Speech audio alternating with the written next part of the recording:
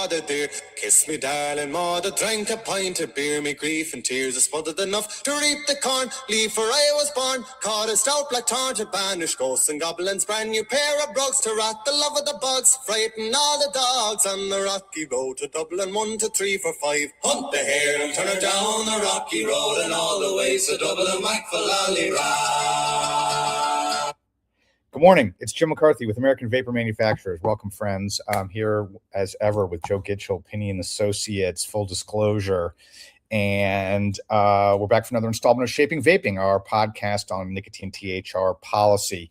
Joe, again, this whole year has felt like a fire hose of new developments. And there was a ton more just in this week. On today's show, we're going to talk a little bit about the latest guidance from FDA, which I think in the eyes of the agency and a lot of observers is, fairly tectonic shift in their approach to policy.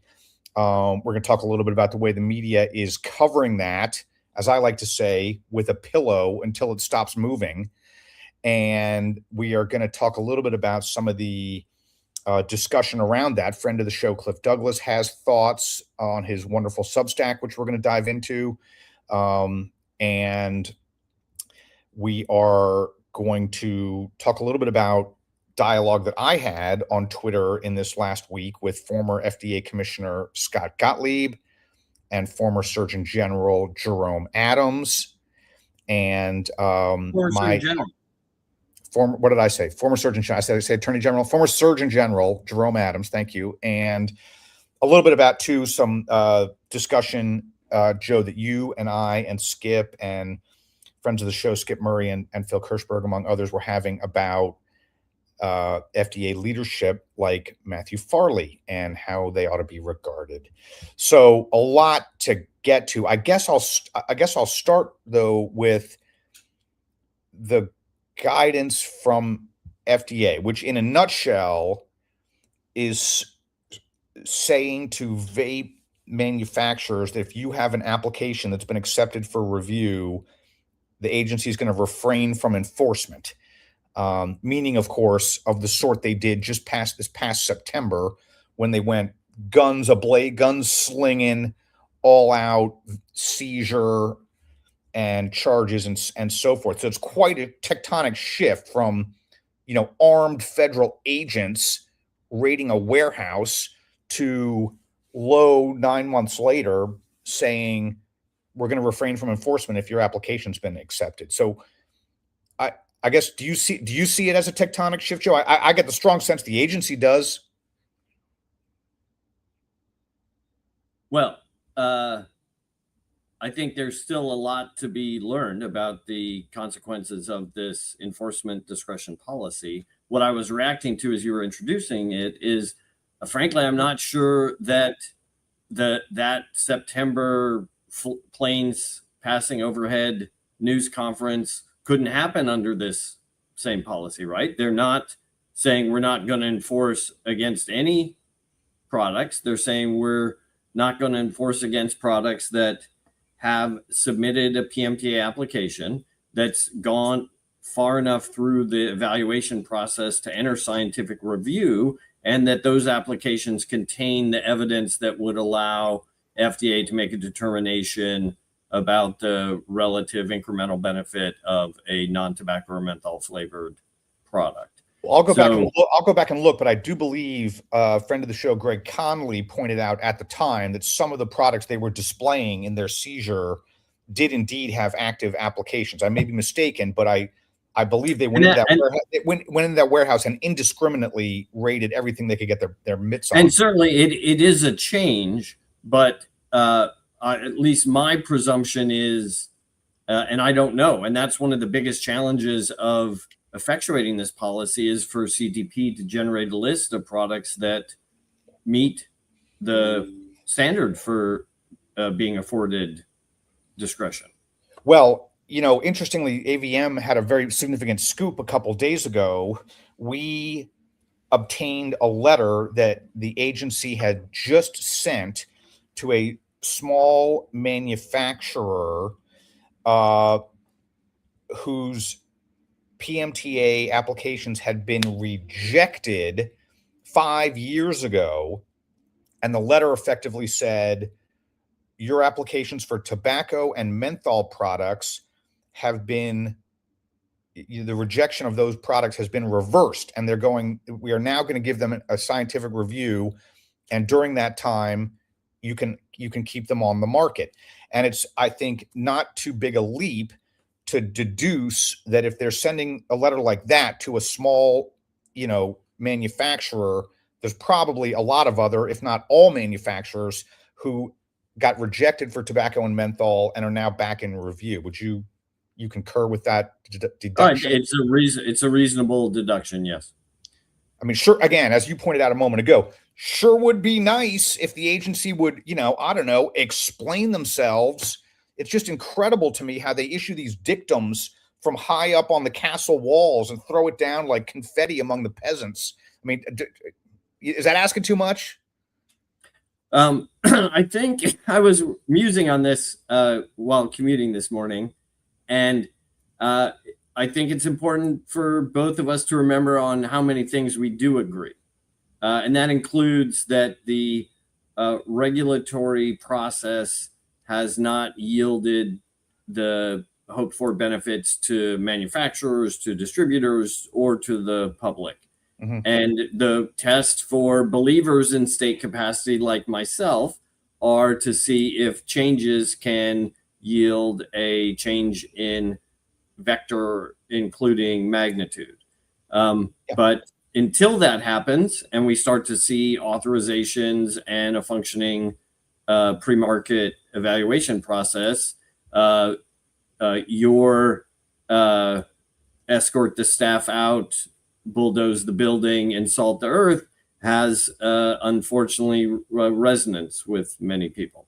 And I would just note, the challenge is, are any of the companies getting these letters still operating entities? Or is it kind of the very definition of shutting the barn door after the horse is bolted? Well, yeah, I mean, that's a great point. And I interviewed the manufacturer who received that letter, and she was, number one, scared stiff that I would use her identity. Okay, let me just repeat that, because this is the 250th anniversary of our revolution. This is an American entrepreneur, Joe, who's trying to help her fellow Americans to quit smoking cigarettes with the sweat of her own brow and using her own life savings. And she is scared to death that armed federal agents are going to kick in her door. I can't even begin to describe to you how infuriating that is to me. So we protected her identity, and she pointed out, like, it's nice to get that letter.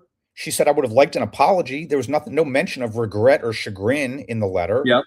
And what's more, she said, although those two brands I have for the tobacco and menthol are, on paper, nominally, I guess, valuable because they can go on the market, she goes, FDA crushed my business 4 years ago. She went bankrupt, Joe, declared bankruptcy. Business is gone. And I said, well, why don't you, now that you have those valuable brands, maybe you can resuscitate them. And she goes, who in their right mind is going to invest in a small manufacturer when they correctly know that FDA can pull the rug out from under us at any moment? So you see the problem?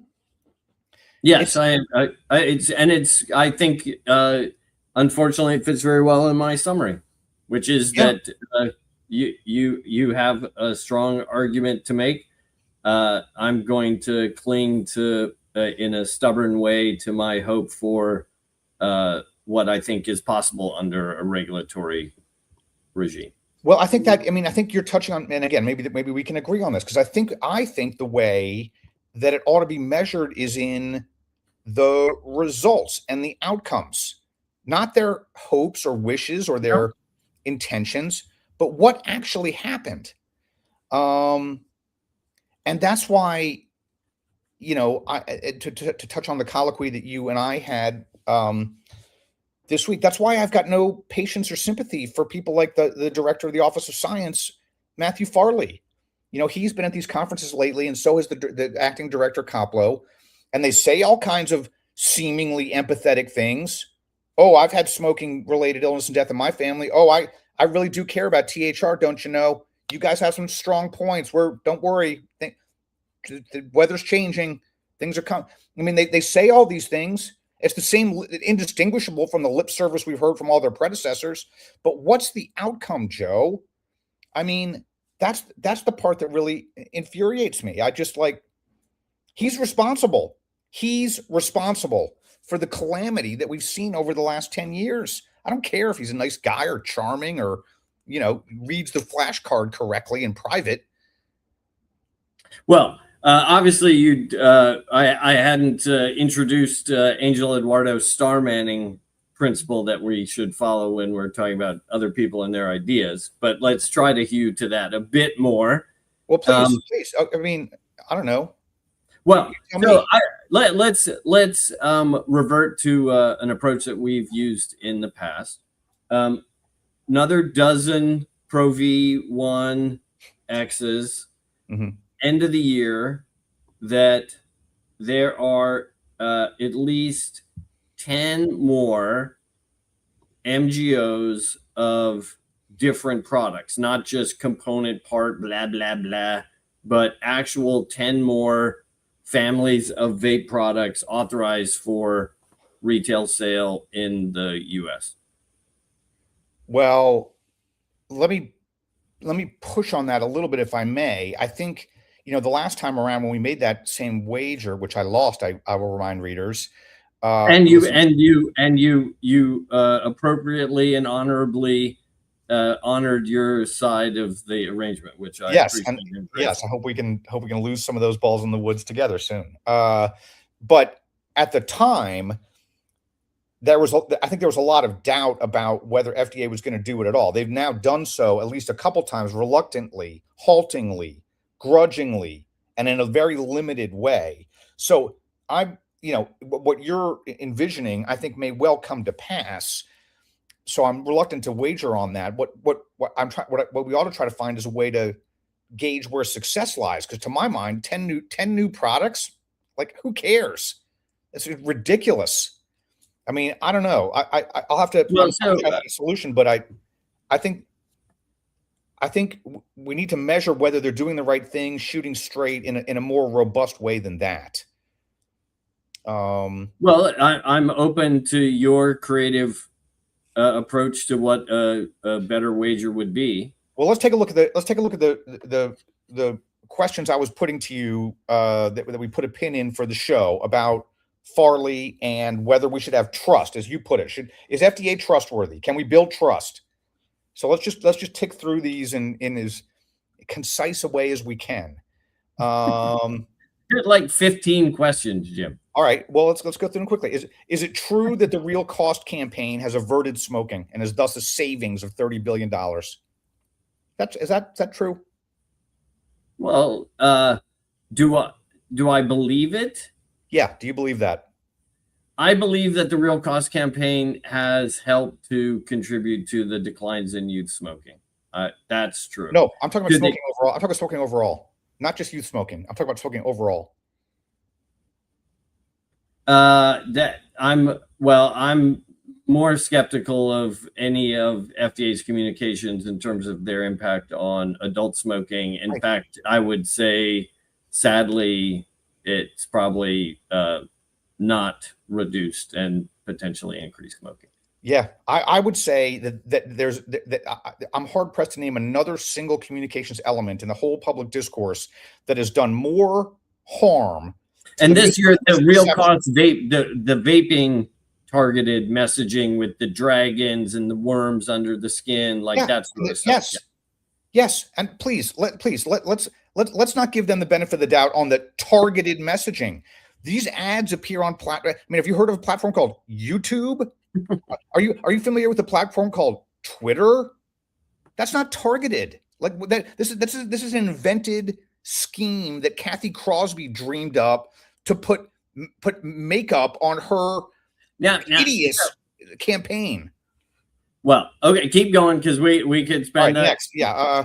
Does FDA's silence and complicity on EVALI seem like a trust building possibility? So I would push back. FDA, I think, pushed as hard as they could, given the interoperating division difference with CDC on this topic. And the Ned Sharpless, then acting commissioner of FDA, his interview on the Backfired podcast, where he was like, we need to let people know about this. And FDA was much better than CDC when it came to comms on EVALI. I'm going to have my research team look into what FDA said formally about this, as opposed to an offhand comment by Sharpless on a obscure podcast. Because if my memory serves, they didn't say much of anything. Wait, pot and kettle when it comes to obscure podcasts, Jim. I embrace my obscurity. Unlike that one, I have no pretense of mass broadcasting. Okay, next, does FDA having closed door meetings with prohibition hardliners like Lung Association, TFK, does that build trust in the public, do you think? I would argue it does. I want FDA to have meetings with everybody. And they certainly have lots of meetings with industry stakeholders and other affiliates. I think they absolutely should be meeting with health NGOs. Uh-huh. Should those meetings be held publicly or in secret? I think they should be held to the same standard as the industry meetings. Some settings are public and some settings are private. I mean, you're certainly not going to say that. I mean, I don't want to silence those people. Well, all right. The most recent meeting they had with vape manufacturers a few weeks ago was publicly live streamed, and I think any prohibition groups that meet with them ought to do that. And I think you and I both know full well that the colloquies they have with those groups are far different from the ones they have with industry. Those are their partners. I mean, the regulate. I think you and I have a different operating model of the way a regulator interacts with the broader public, including interested stakeholders. And I don't hold that. I mean, would I agree that all industry interactions, even with individual companies, should be live streamed?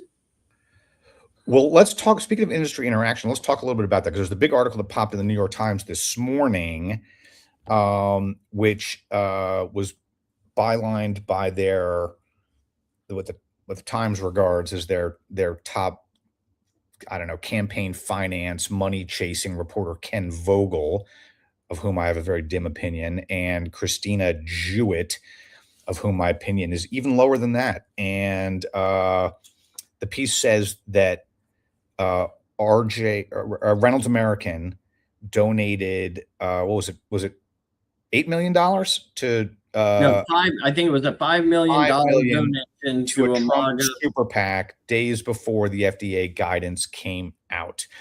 And you'll be very amused and perhaps pleased to know, Joe, that I immediately popped in the thread beneath Christina Jewett and Ken Vogel's tweets showcasing the piece when it posted last night at 11 p.m. And you'll be very pleased to know that I'm getting tumble-wash dragged by every Upper West Side reader of that horrible newspaper today. So they're putting me on full.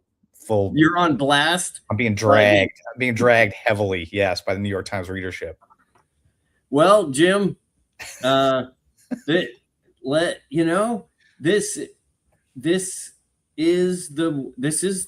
actually good. Let's talk about this stuff. And you never know when somebody hits in a different way and they start wondering, do I actually know all the things that I thought I knew?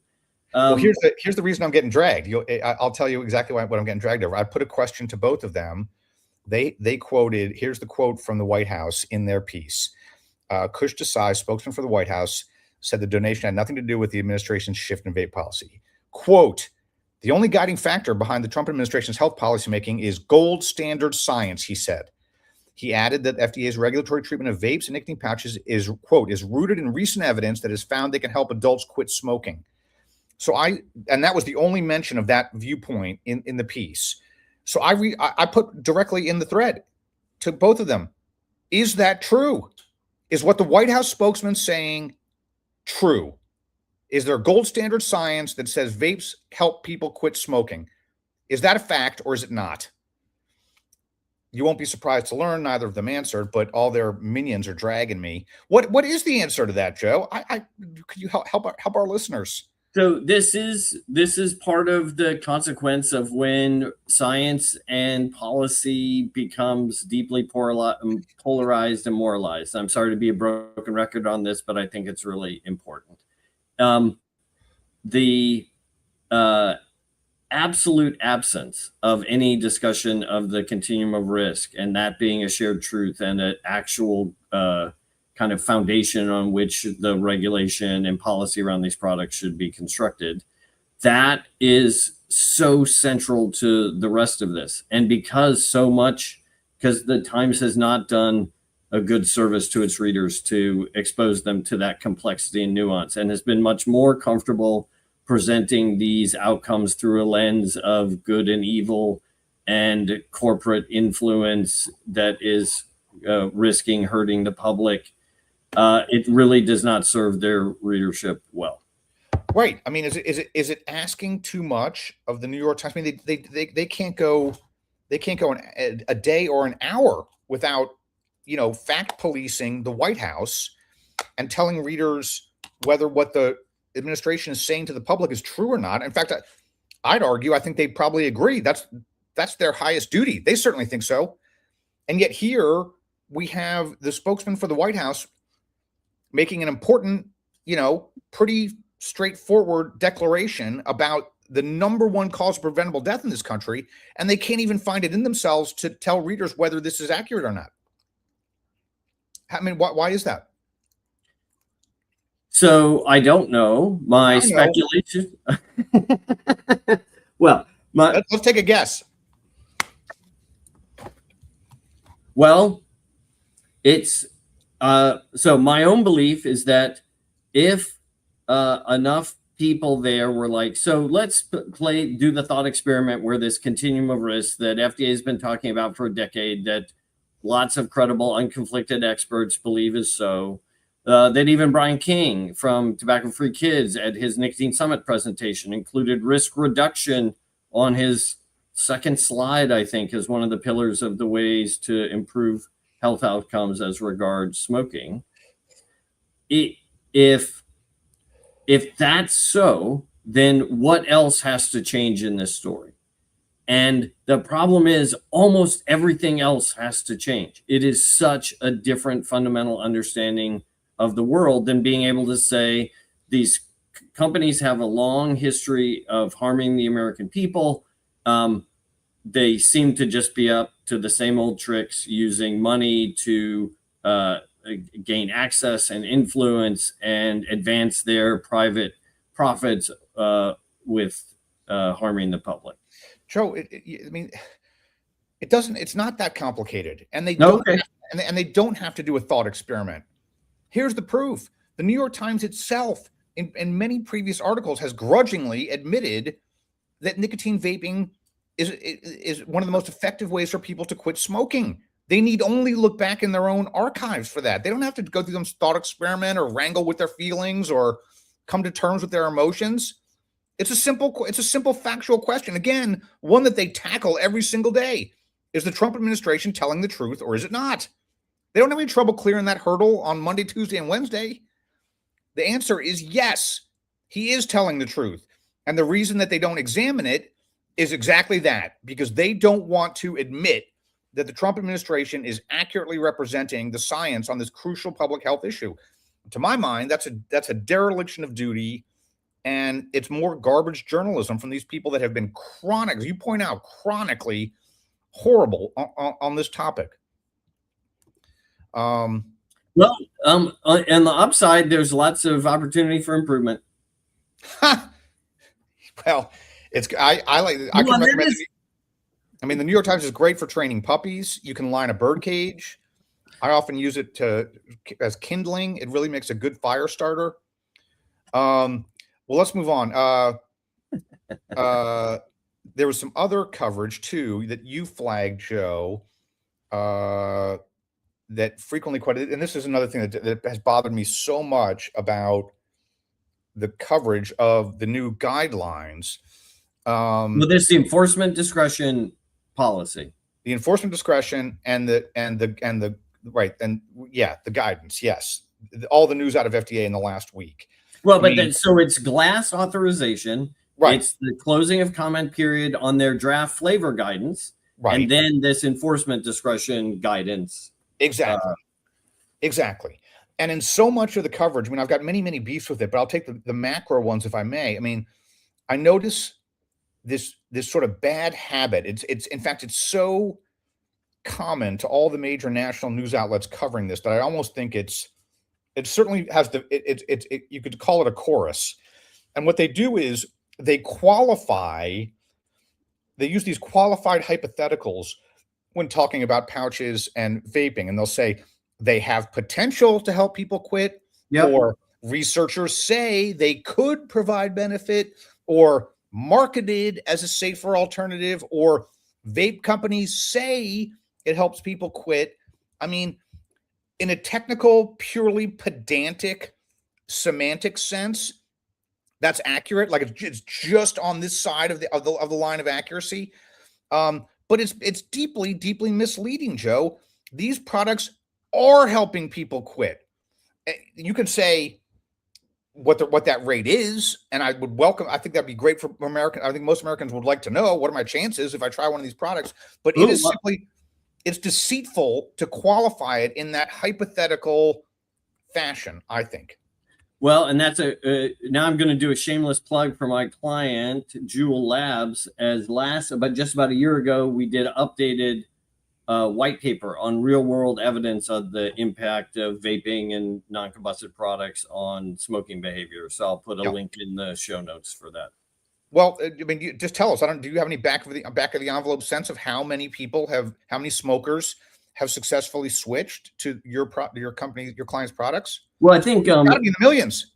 Well, I think Juul has estimated somewhere around 2 million former people who smoked have switched to Juul products. Yeah, no, I mean, but for until we get to it being a shared truth that people who don't give me that funny face until we get there, like what more do they need? Well, obviously we need to do something, because almost no one knows that switching to a non-combusted product is going to yield tremendous health benefits for people who smoke. I give Christina Jewett a lot more intellectual credit than that. By your lights, she's ignorant. By my lights, she knows. No, it's not I don't think it's not an information deficit. She's been exposed to this. She doesn't find it particularly persuasive yet, but I think that's because she can't make sense of it in light of the other things she holds dear. And I don't know, I've spoken to her briefly once, and she certainly wasn't eager. It seemed as though she wasn't super eager to spend more than the minimum amount of time. Okay, so to summarize it, by your lights, she's confused. By my lights, I would say, pick one adjective. If not ignorant, it would confused be about right? Because I think she knows perfectly well. No, I think she's conflicted. I think she knows that there's tension here, and she is choosing to resolve it in a way that conforms with her priors, which is, if these companies want something, it must be bad. And I sure wish the New York Times would change its mission statement, because I think a lot of readers are when they read that we're going to cover the issues accurately and objectively, and if there's conflict or dispute about some matter, we're going to present both sides. I think a lot of readers are deceived into thinking that that's true. They should change it to, we're going to report this according to our own priors, with a little dash of how we feel about it, and maybe a touch of who's donating to us, and a little bit more of tickling the sensibilities of our readership. And that's how we're going to present the news. Good luck, dear readers. That'd be a little bit better, I think. Well, and again, we come to our different views on the ideas of institutions that shape norms and beliefs across society. I think they can do better, and I'm eager to try to help them to do better. You want them dethroned from their perch as gatekeepers on information and knowledge for the public. I've got nothing against newspapers or journalism per se. I am opposed to public deceit. That's my complaint. I would like to see them I think Christina Jewett ought to be discredited. She's disqualified herself from any serious participation in this. I just think you're too quick to judge. I think I've been making specified, substantiated. Look how long you've been working on me to become a free market libertarian. You're this close, Joe. I've made some progress. I feel like I've made some progress. I can sense you're close. Well, let's take a look. The other thing that bothers me a lot about these articles is the dial quotes to former FDA people like your friend Mitch Zeller. Here's the full article that you flagged from National Public Radio, in which Zeller is, of course, the sole and only person whose view was solicited. Well, that's the format. Okay. It was like a 3-minute hit, and they went to someone who has expertise and relevant experience. That's not crazy. And so what's your issue with the box quote? Do you remember the time that you're reminding me of the time they had Cliff Douglas on one of these shows? And did they let him speak by himself for the whole segment? Oh no, they put him up with the absolutely odious Meredith Berkman from Parents versus Vaping, the AstroTurf group. So unbelievable. My beef is, let's read the quote and I'll tell you my beef. We've got the screenshot for the show. Yeah, no, I'll do it again. I think there'll be a reason for me to do it again. Mitch says, the job of the regulator is like an umpire in baseball. You call balls and strikes. Someone's going to be unhappy, but you got to follow the science and you follow the law. And that's what my former center did. And then the whole thing became very political. That undermines faith and trust in government and in science, he says. He also adds, I think that's the worst thing that could happen because we have 30 million adults who smoke. And if there's now a product the experts have looked at, and if we are undermine faith in the scientific process, that would be a public health shame. Okay. Can you intuit what my beef is with this? Well, I'm going to practice the curiosity that I wish others would. So, Jim, explain to me what you wish for. Are you familiar with the phenomenon well known to firefighters and police where the arsonist will show up at the scene of the fire to pretend to help the firemen? Have you ever heard about that phenomenon? So, Joe, when Mitch Zeller was at FDA, the Reagan-Udall Foundation, no, they're not adversaries of FDA. Okay, they're funded by the FDA Foundation. Friends of FDA, former FDA officials are in the leadership of that outfit. They did an audit of how Mitch Zeller and the Center for Tobacco Products were regulating these products. And do you know what they concluded? You do know. They said it was absolutely honeycombed with politicization. And here he is like, oh, it's sacrosanct. I mean, are you absolutely joking? Well, so I think the way I interpret this is much more prospectively than retrospectively. And it's a fair question how, and I don't know that Mitch has ever been asked to respond to the Reagan-Udall findings directly. It's an interesting question.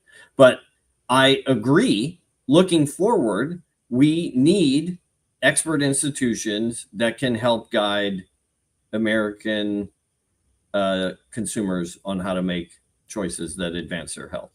Has it been doing it to the extent that it could or should? No. But could it? And could it yield tremendous benefits for the public? Yes.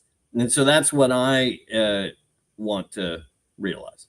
If celebrity chef Guy Fieri submitted an article to Conscious Health about how Americans can fight obesity, would you take that article seriously, or do you think you might conclude, this guy is really out of his lane? Well, to be honest, I don't know that much about his nutritional thinking.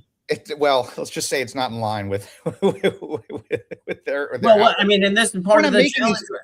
I mean, let's look at another quote. Let's look at another quote from Mitch, because he's complaining about things that he did.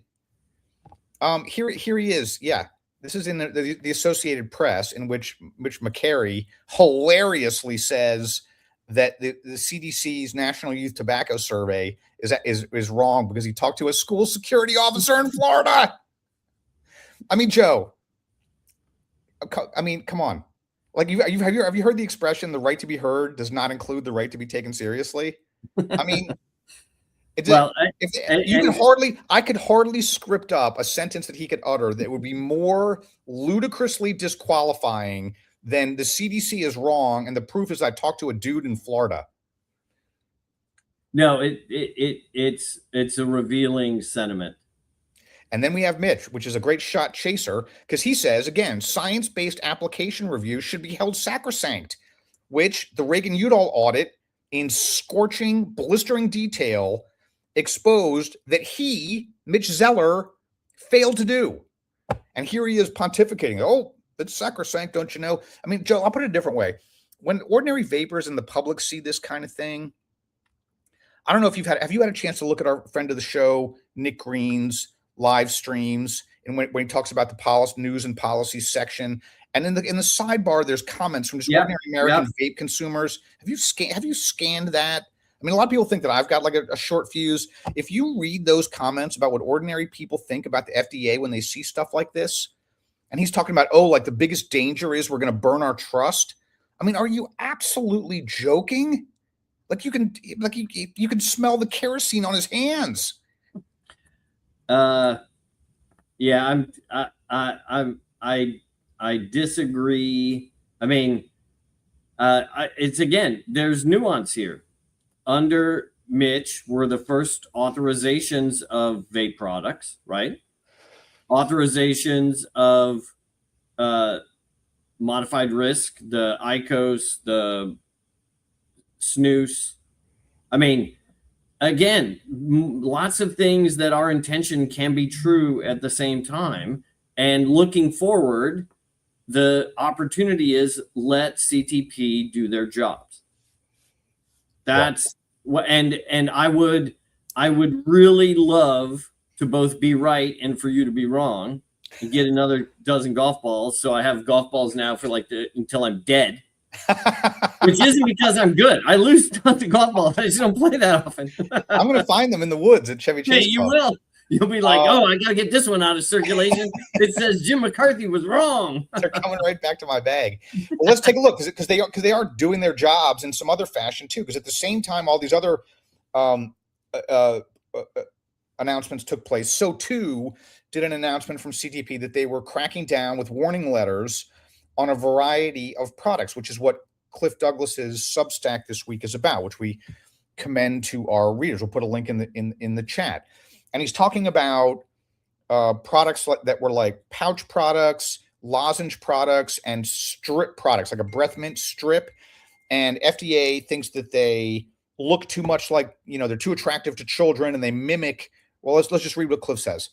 According to the agency, Cliff points out, they appear to be intentionally designed to resemble innocuous consumer items in a way that can conceal their true nature or increase their appeal to adolescents. And he says, I think we can all agree that deserves scrutiny and enforcement.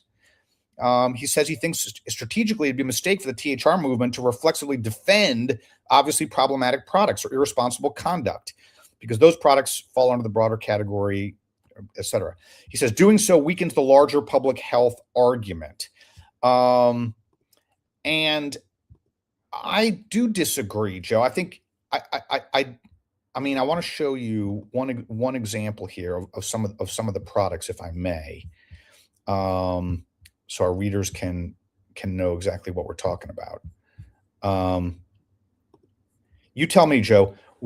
Some of these are FDA authorized products, and some of them are the products that Cliff is talking about. Can you discern by looking at these which are the authorized and which ones we should all agree, as Cliff says, should be cracked down on with force of law? Well, I think I can, and most of these are not just authorized but approved medicines. So that's a distinction.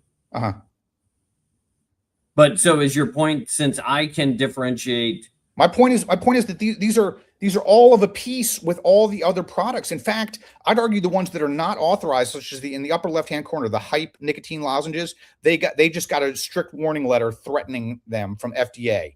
But down below are the CVS nicotine lozenges, same flavor, same color, very similar font.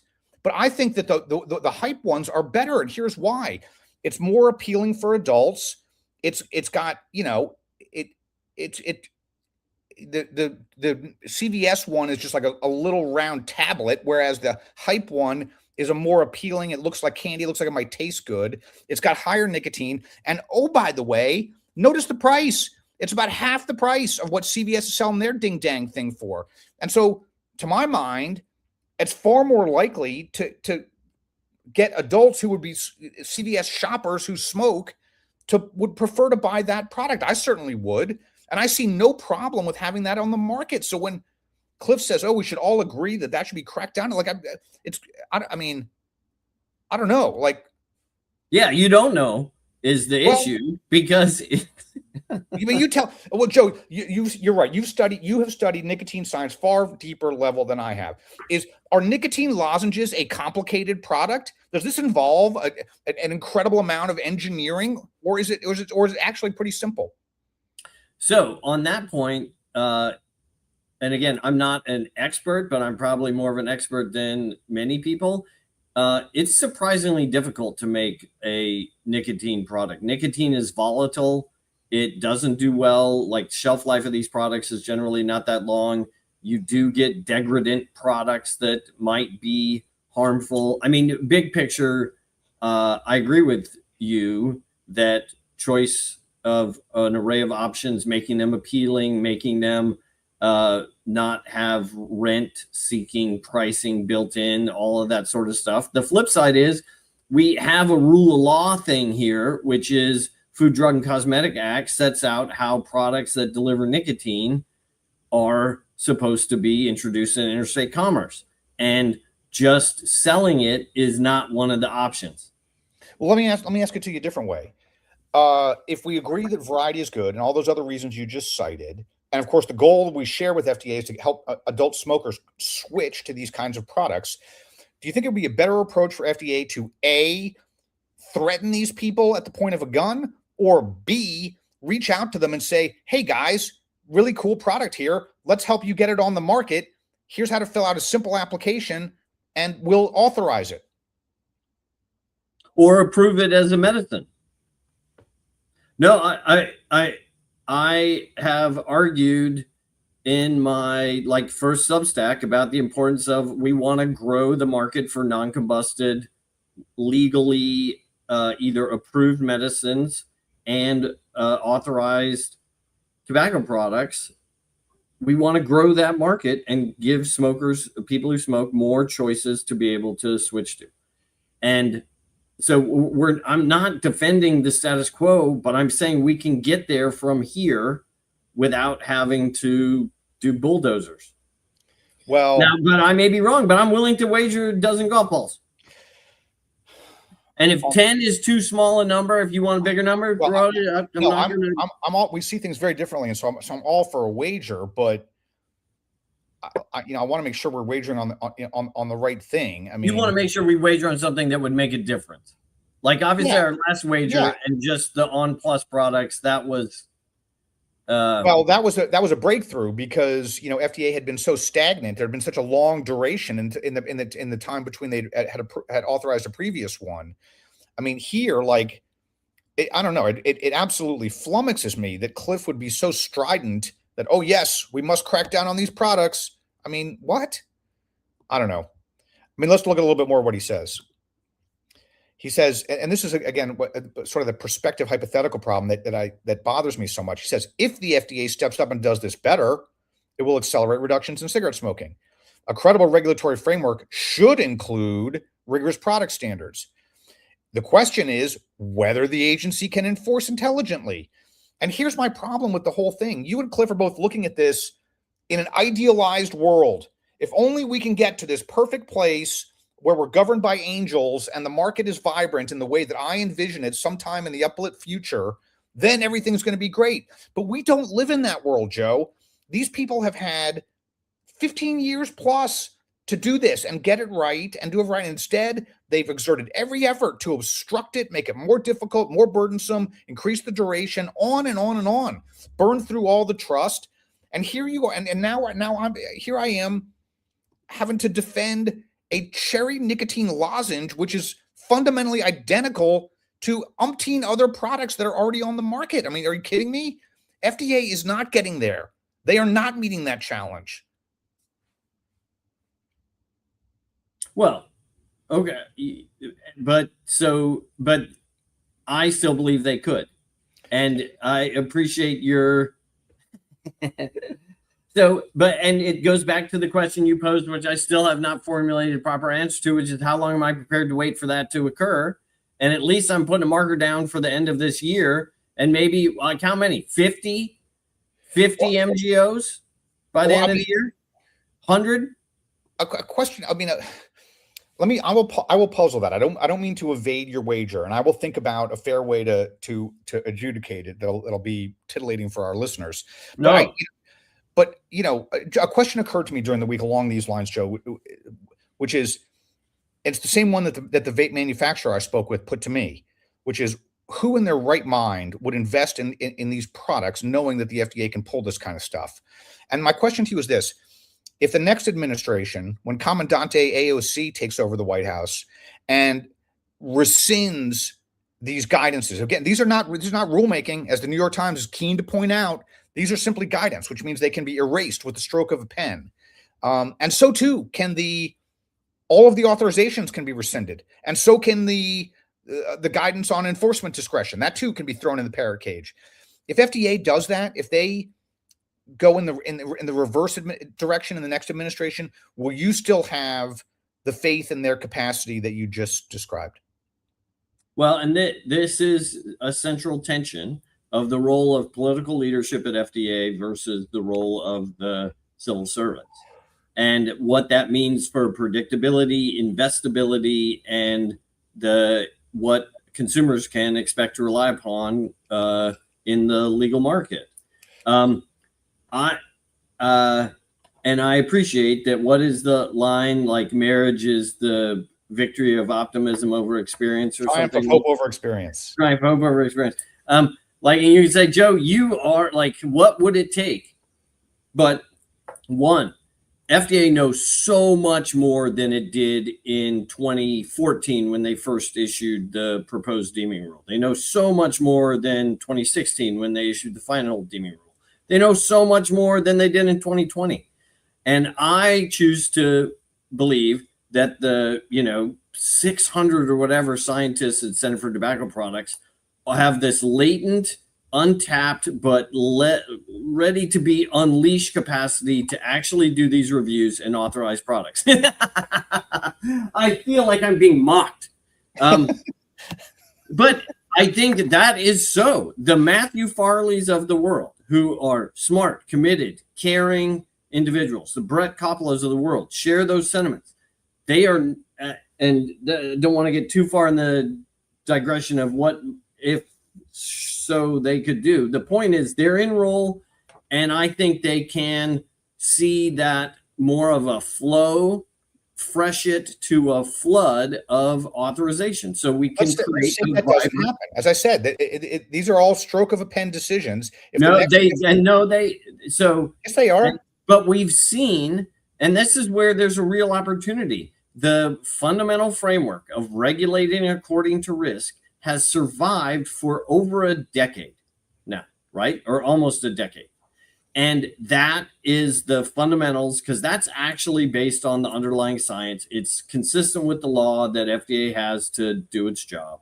And I think that will persist and prevail. And my question is not, though, whether we hope or think it will. My question is, what will be your view if it goes in the reverse direction? Will you maintain your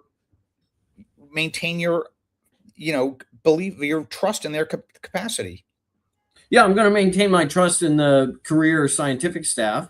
What I am aspiring to is to try to make this an issue that has grounding in shared truths on the continuum of risk, and gets people realizing that to help the still 25 plus million adults who smoke, we need to give them choices that they're interested in trying and buying and using. So that is going to be most sustainable, most reliable. And since we have, as we just published last week, such deeply held misperceptions about relative risk, I think it's even more important to have an imprimatur of independent scientific agency that are making these determinations. Well, I don't want to get too bogged down. So let me pivot to a different, if I may, make an abrupt left turn. Yeah, because you were afraid of my building momentum of the power of my arguments. I see what you did there, Jim McCarthy. Checkmate, Jim McCarthy. State capacity. yeah, touche. Important study out this week from one of my intellectual heroes, Dr. David Abrams. Oh yeah, I love this paper. Et al. And it talks about, it does a, correct me if I'm wrong on any of this, it does a meta-analysis of studies that looked at the path data. Is that right? You want me to do it? I think I can do a decent, quick summary. We're short on time, so just give us the TLDR. So FDA funds and the National Institute on Drug Abuse administers this giant longitudinal study called PATH, Population Assessment of Tobacco and Health.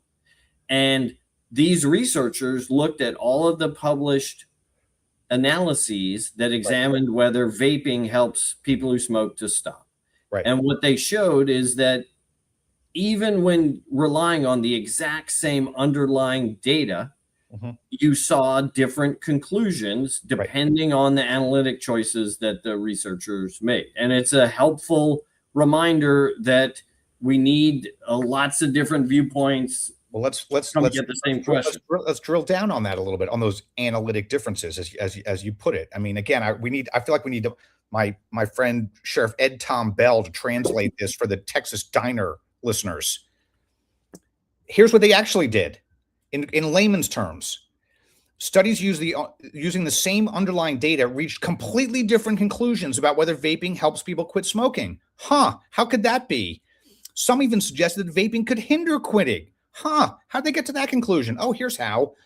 When researchers looked more closely at how they were constructed, the pattern emerged.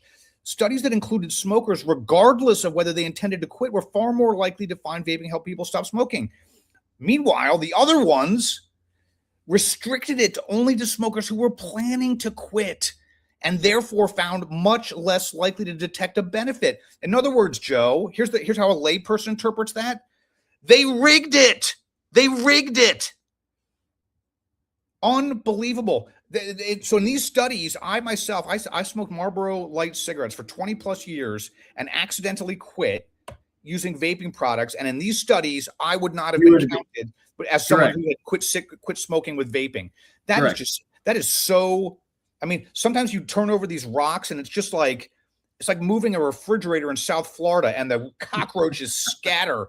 I mean, every time you drill down in the scientific research, we did it last week in the field of economics, and you just scrape the surface of these studies that are influencing the public policy, and it's absolutely corrupt as hell. Well, I would say no. The point is those analytic choices matter. It's not as though that's an irrelevant question, but it's not the only question to say what is the impact among people who chose these products to use them as part of an attempt to quit smoking. That's not an irrelevant question. It's but I tend to agree it's certainly not the only question to try to answer, and it's probably not the most important one, since I don't actually know what the distribution is. I should probably know that, but there are a lot of people that had like your experience, which is were trying vaping without a specific intention to quit and found that they were more successful. I'm going back to, we published, I'll put this paper in. Anyway, keep going. I know you want to keep going. So I'll put in a blast from the past paper too. All right. I want to talk a little bit about, I've been trying to take your advice this week, Joe, and I had a dialogue with former Surgeon General Jerome Adams, and he tweeted out during, all this coverage about vaping and FDA policy, he says, I took heat and death threats for suggesting that candy fruit flavored vapes target kids and create new nicotine addicts more than they help adults quit. The exact same stance just got the FDA commissioner fired. And so AVM, my outfit, we responded to him and I tried hard, Joe, to use your civil tone of voice, no sharp, no accusations. Again, I have a private opinion of Dr. Adams, but I tried to conceal it when I said to him, excuse us, Dr. Adams, but we made a standing offer here to have an open and good faith conversation with you about these issues. That was more than 3 years ago, and you never responded. And so the point I'm making is he's complaining about death threats and heats and this hyperbolic language and angry vape advocates. And I tried to say, wait a second, we offered to have a civil conversation. You blew it off. And he comes back at me and says, you're being disingenuous. I've had far more discourse on this topic than anyone else. There's literally no way you can deny this. So I guess the question I want to ask you, and I'll throw a little bit more of this dialogue up here if I can. The point I wanted to ask you is, did I color outside the lines here? Is there anything that you saw in this dialogue I had with Jerome Adams in which I was too, I don't know, edgy or, I don't know, ad hominem? So I respect you too much, Jim, to offer a judgment when, I'll be honest, I didn't read this as closely as I need to and want to, because I think it is an important example. I think Dr. Adams is someone who is committed to engaging on this topic. And my sense is, I'm sure that my preaching about civil disagreement has some impact on you. But he certainly comes with lots of priors to this topic. And I just hope that he's as open to updating them with information that is current and as reflects the future going forward too. Joe, I so admire your optimism. I sincerely do. And I like your idealism too. But I really have to say, I think it gets in the way sometimes of just looking at things clearly. He's not open to dialogue. You're mistaken. We sent him an open letter 3 years ago, which you're welcome to read and tell me if you think it's unfair or, in any way intellectually dishonest. And here we attempted 3 years later to reach out to him again in a civil way. And what did he say? He insulted us, called us disingenuous. He says here, the fact that you have no idea about something isn't surprising. And, on and on and on. It just met with just complete vitriol. So no, he isn't interested in having open discourse about these topics.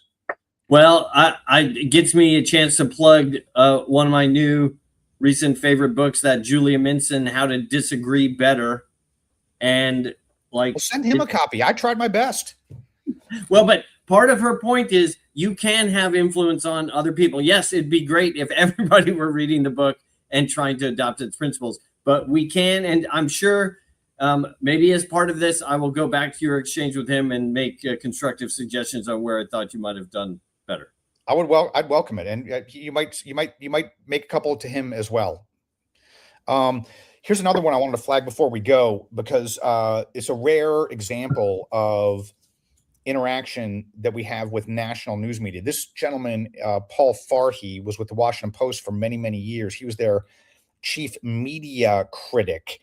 And in the world of journalism, that role is kind of like a sort of internal referee, kind of like internal affairs division of journalism, and they police the accuracy and whether the journalism is upstanding and living up to its own principles. And so he's different than a regular journalist. He's kind of like in a priesthood of a sort.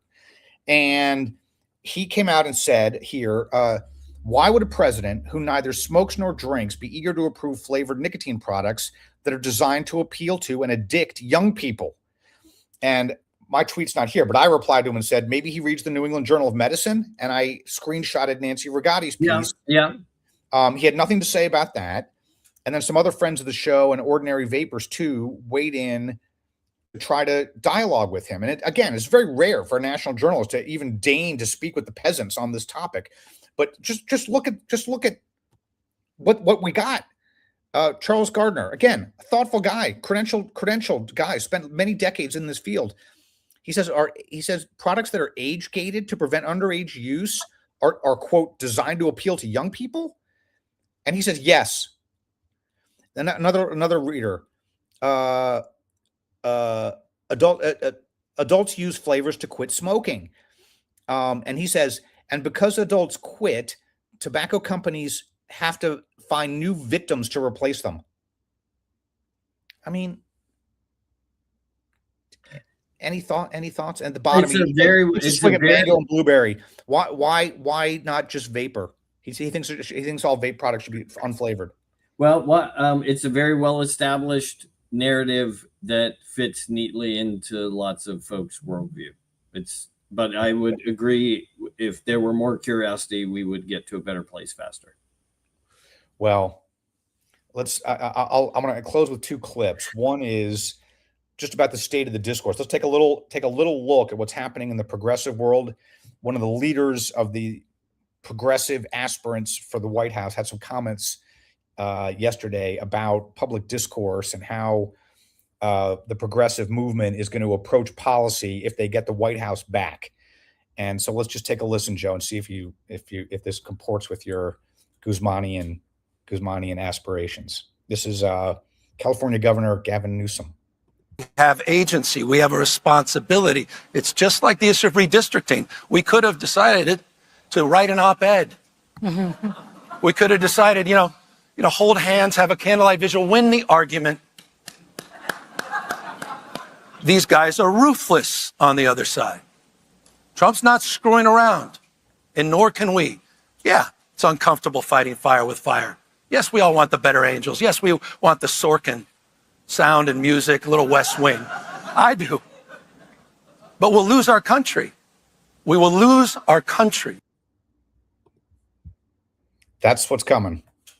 That's the guy that's going to appoint, if he wins, the next commissioner of the FDA.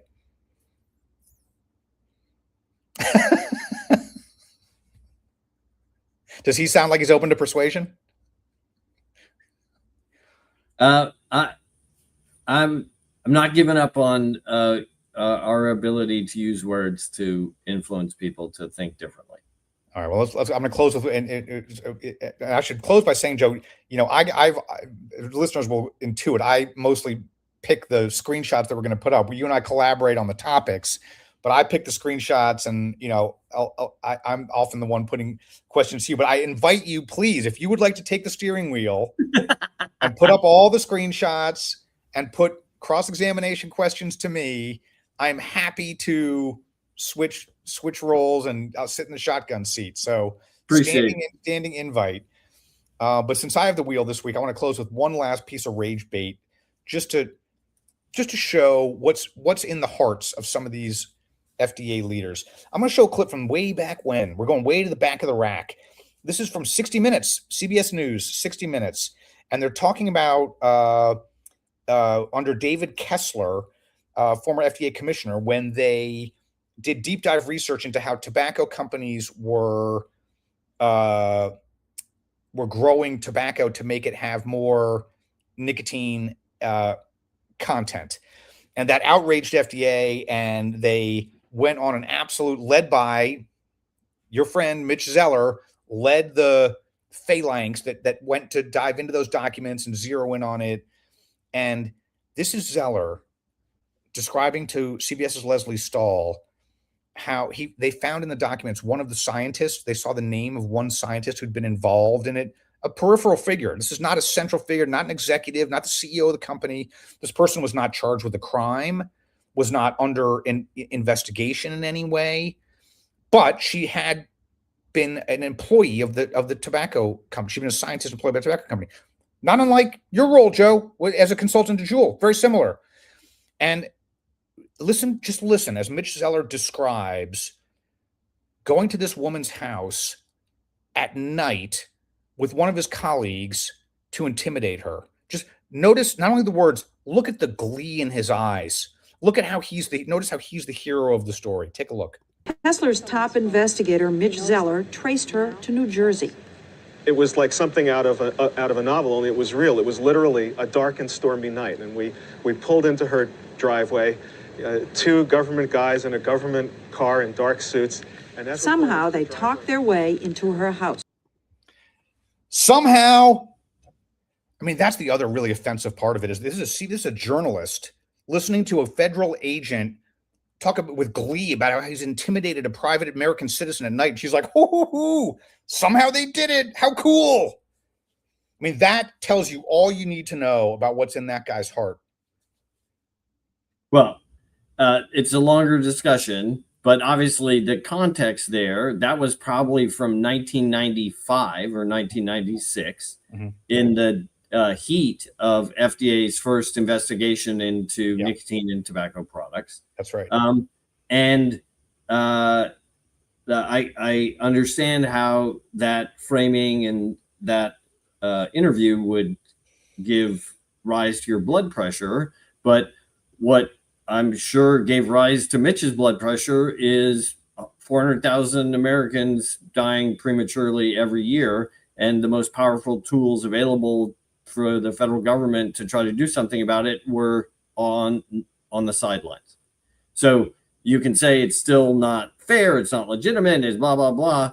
It was a huge problem that the ability to address it was not commensurate to the need. Yeah, and that, I mean, I think you're fairly describing how I see it too. All of his colleagues and compatriots at places like Tobacco Free Kids and at Vital Strategies and Michael Bloomberg, and Dick Durbin and Krishnamurthy and all of his fellow progressives who've had a stranglehold on this issue and this policy for so long now, they feel just as strongly now as they did then, maybe even more so. Michael Bloomberg's poured more than $1 billion into this crusade, and they are as determined as the heat of 1,000 suns. And that's what worries me, Joe, because when they get back in, when a guy like Newsom gets back in and he puts people like that, like Mitch Zeller or people who share his outlook in charge, they're not going to think twice about pulling that kind of thuggery with ordinary Americans. And that's what bothers me. I mean, you know, yeah, well, maybe that's how strongly they feel about it. It's that they're willing to use the jackboot of the government on ordinary Americans. I mean, that should. Well, and this ties Cliff, that ought to outrage us all. It ties in again to where should the regulation of the tobacco and nicotine market fall within the political decision-making process, and why it'd be better to have these sorts of decisions made at the career level, not at the political level. So, but that's a longer discussion, and maybe that's it is, and we'll. I don't know if you're able to, if we can schedule for next week. We'll talk about that offline. But there's a lot we left on the cutting room floor. I want to thank our listeners too. I see Skip and Arielle are in the chat, and we should do a better job of responding to those comments. Skip, I know, has made a lot of very thoughtful points here that I you know, we ought to try to flag. Sorry. So do a better job you were just so you were. Yeah, Jim, you were just so compelling. Just you grabbed all my attention. I couldn't pull away. All right, we'll do a better job of trying to include some of those comments next time. For American Vapor Manufacturers, this is Jim McCarthy. Thanks for listening, Joe. Thank you for being here as always, and we will keep you posted on our next installment. Thanks for watching. Thank you, Jim. Thank you. Bye. Bye, friends.